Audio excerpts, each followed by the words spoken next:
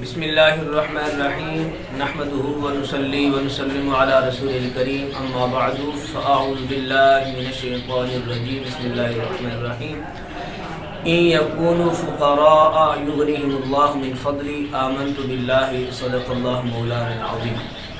سامعین محترم، آج آپ حضرات سے چند اہم باتیں عرض کرنی ہیں۔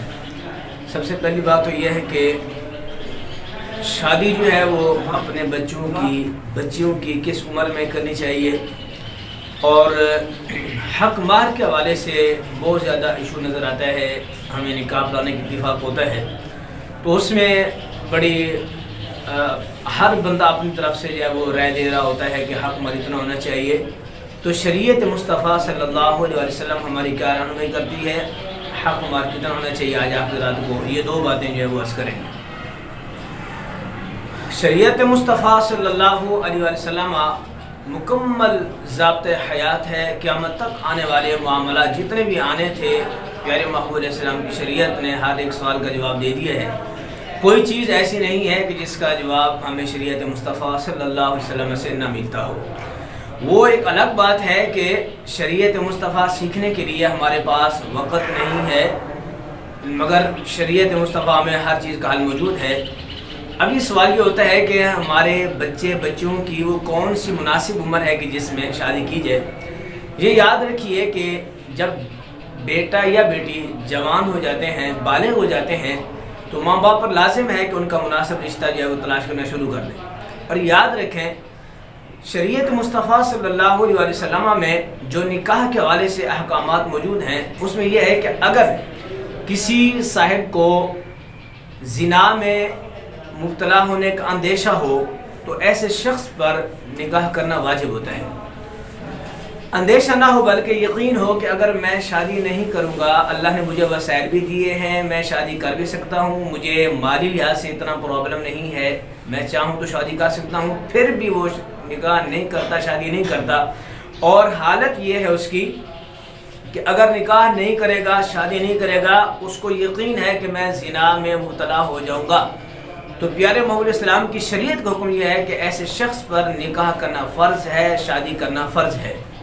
اگر نارمل حالات ہیں، شہوات کا زیادہ غلبہ بھی نہیں ہے، زنا میں مبتلا نہیں ہو سکتا، نارمل معاملات ہیں، تو اس صورت میں بہتر یہ سنت مؤکدہ ہے کہ آپ شادی کر لیں۔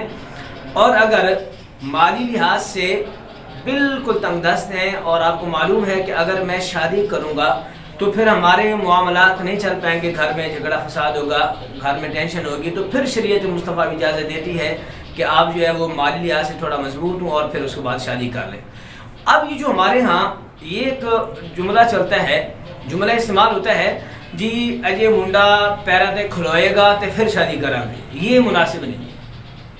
دیکھیں، رازق رب ہے، اللہ کریم کی ذات گرامی جو ہے، اللہ تعالیٰ کی ذات بابرکات جو ہے، اللہ پاک کی ذات رازق ہے۔ اللہ فرماتا ہے ان یکونوا فقراء یغنیہم اللہ من فضلہ، فرمایا کہ اگر غریب ہوں گے، تنگ دست ہوں گے، اللہ اپنے فضل کے صدقے تم پر مہربانی فرمائے گا، تمہیں غنی فرما دے گا۔ نبی پاک صاحب الاولاق صلی اللہ علیہ وسلم کے شادی کے نامی ہے، نبی علیہ السلام فرماتے المال بالنکاح، فرمایا اگر مالدار ہونا چاہتے ہو شادیاں کرو، شادی کریں گے اللہ تعالیٰ آپ کو مال بھی عطا فرمائے گا، اور اللہ کے فضل و کرم کے صدقے سے آپ کے مال میں وسعت بھی آئے گی۔ ایک صحابی رسول بارگاہ مصطفیٰ صلی اللہ علیہ وسلم میں آتے ہیں، عرض کرتے ہیں یا رسول اللہ میں تنگ دست ہوں، میرے مالی حالات ٹیٹ ہیں، میں پریشان ہوں، میں کیا کروں؟ تو سرکار دو عالم صلی اللہ علیہ وسلم نے فرمایا کہ تم شادی کر لو، اللہ تمہاری یہ پریشانی اور تنگ دستی دور فرما دے گا۔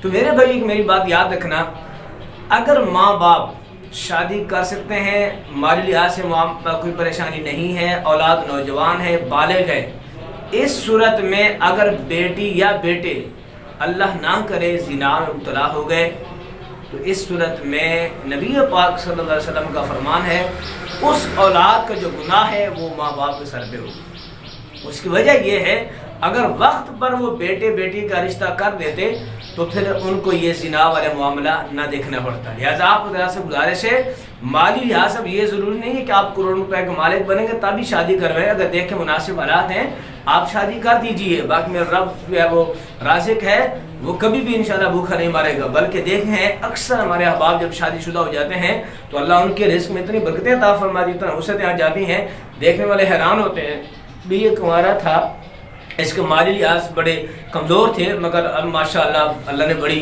इज़्ज़त उनसे नवाजा है, मालदार हो गया है। तो मेरा रब राज़िक है। याद रखिए जनाब फ़ारूक आज़म रज़ी अल्लाह तआला अन्हु फरमाया करते थे, वो बंदा कैसे मालदार हो सकता है जो शादी नहीं करता।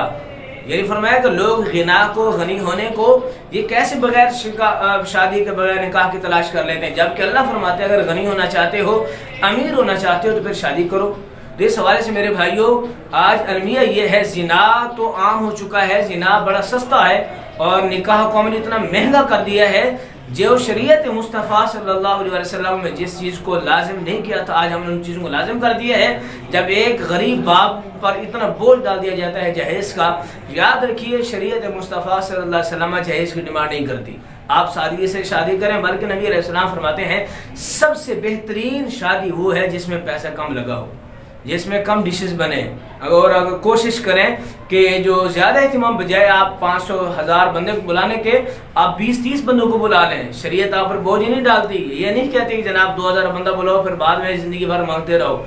शरीयत मुस्तफ़ा सल्लल्लाहु अलैहि वसल्लम कहती है जितना तुम पर जो है वो आसानी से तुम निकाह कर सकते हो, शादी कर सकते हो, इतने अंदाज में आप शादी कीजिए और अपना बोझ हल्का कीजिए। लिहाजा जो बच्चों की शादी की उम्र है वो मुनासिब ये है 18 साल, 20 साल, 22 साल। जब देखें कि बच्चा माशाल्लाह समझदार हो गया है, ये शादी के बाद ज़िंदगी अच्छी गुजार सकता है, तो माँ बाप पर लाजिम है कि मुनासिब रिश्ता तलाश करके जो है वो शादी करें, ताकि बाद में बेटी या बेटे बाद में अल्लाह ना करे ज़िना में मुब्तला ना हो जाए।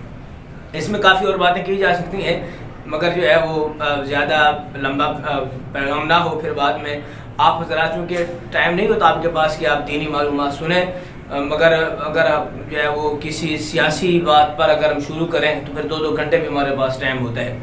अब दूसरा सवाल यह है कि हक़ मार कितना होना चाहिए। हक़ मार के हवाले से जो नबी पाक सल्लल्लाहु अलैहि वसल्लम का फरमान हमें हदीस पाक से मिलता है वो ये है कि नबी अलैहिस्सलाम फरमाते ला अक़ल्ला मिन 10 दराहिम, फरमाया 10 दिरहम से कम जो है वो हक़ मार नहीं है। तो उलमा फरमाते हैं कम से कम 3 तोले चांदी हक़ मार होना चाहिए। आज का जो रेट है तो वो तकरीबन 2100 रेट है। अगर हम 3 तोले के द्वार से चांदी को देखें तो कम से कम 6-6.5 हज़ार बनता है। अक्सर ये होता है कि लोगों को शरीयत ना तो डांस करते हुए शरीयत याद आती है, ना और गुनाह करते हुए शरीयत याद आती है। शादी के मौका पर धज्जियाँ उड़ा रहे होते हैं शरीयत मुस्तफ़ा की, वहाँ कोई शरीयत याद नहीं आती। जब हक़ मार की बारी आती है मौलवी साहब पूछते हैं जी कितना हक़ मार है, ओ जी शरीयत मार लिख दो। याद रखिए कम से कम 6-6.5 हज़ार है और ज़्यादा की कोई हद नहीं है। और कोशिश फरमाएं जिस बेटी को आप अपनी बेटी बनाना चाह रहे हैं, जो बेटी आपके बेटे के साथ जिसकी शादी हो रही है, कम से कम 10-20 हज़ार 50 हज़ार होना चाहिए हक़ मार। यहाँ से जो है ना शरी हक़ मार लिख दो, ये शरी हक़ मार लिख दो, शरीयत मुस्तफ़ा में कम से कम इतना है। और याद रखें जो हमारे भाई जो साहब ज़्यादा अमीर हैं उनसे हमारी गुजारिश है वो अपनी इस्तिताअत के मुताबिक हक़ मार दें। अगर अल्लाह ने माल दिया तो 1 लाख रुपये हक़ मार दो, 2-2 लाख रुपये हक़ मार दो। लेकिन क्या होता है ना तो हमें दीगर जो है वो रस्मों पर शरीयत याद आती है और ना ही हमें ज़िंदगी गुजारने में शरीयत मुस्तफ़ा याद आती है। शरीयत कब याद आती है जब हमारा अपना मफाद हो, हमारा अपना मफाद हो। चूँकि अगर यहाँ पर शरीयत मुस्तफ़ा के सही उसूलों पर अमल करेंगे तो यहाँ पर जो है वो इंसान का अपना नुकसान हो सकता है। तो फिर वो क्या करते हैं और शरी हक़ मार का लफ्ज़ बोल देते हैं और वो फिर हम देखते हैं बाद बंदे 2000 दे देते हैं। अब ये 6000 रुपया कम से कम बनता है, 6-6.5 हज़ार रुपया। एक बंदा 2000 दे, 4000 दे, 5000, वो तो कम से कम नहीं दे रहा। तो इस हवाले से मेरे भाइयों हमें चाहिए कि महबूब अलैहिस्सलाम की शरीयत हर हिस्से पर ज़िंदगी के नाफिज करें। ये ना कि शरीयत मुस्तफ़ा का एक थोड़ा सा हिस्सा जो अपने मफादात में आता है उसमें तो हम इस्तेमाल करें शरीयत को, बाकी ना पहले करें ना बाद में, ये मुनासिब नहीं है। लिहाजा जो शरीयत मुस्तफ़ा सल्लल्लाहु अलैहि वसल्लम ने शरीयत मुस्तफ़ा में हक़ मार का मुकर्रर किया है वो कम से कम 3 तोले चांदी है। अब चूँकि चांदी का रेट बढ़ता रहता है, घटता रहता है, तो उसी मुनासिबत से वो हक महर की कीमत मुकर्रर होगी। बहरकैफ आज का जो रेट है वो 2100 है, तो इसी मुनासिबत से तकरीबन 6-6.5 हज़ार रकम बंदी है। तो आप उधर से गुजारिश है जब आप हक महर दें तो कम अज़ कम एहतियात आप 10,000 दें, 15 दें, 20 दें, 50 दें। अगर अल्लाह ने माल दिया है तो 1 लाख भी मुकर्रर कर सकते हैं। जब जनाब फारूक आज़म रज़ी अल्लाह तआला अन्हु हक महर को मुकर्रर फरमाने लगे थे तो एक औरत खड़ी हो गई थी, उन्होंने कहा था, ऐ उमर, जब अल्लाह ने हक महर को मुकर्रर नहीं किया, आप कौन है तुम हक महर को मुकर्रर करने वाले? तो उस औरत की वजह से जनाब फारूक आज़म ने फरमाया, तो हाँ, इस औरत ने सही कहा है, जब अल्लाह ने कोई लिमिट मुकर्रर नहीं फरमाई तो उमर को भी हक़ नहीं है कि वो लिमिट मुकर्रर करे। लिहाजा आपके राह से गुजारिश है जब हक महर की बारी है तो अल्लाह ने जो माल दिया है और उसमें मुनासिब हक महर अदा करें।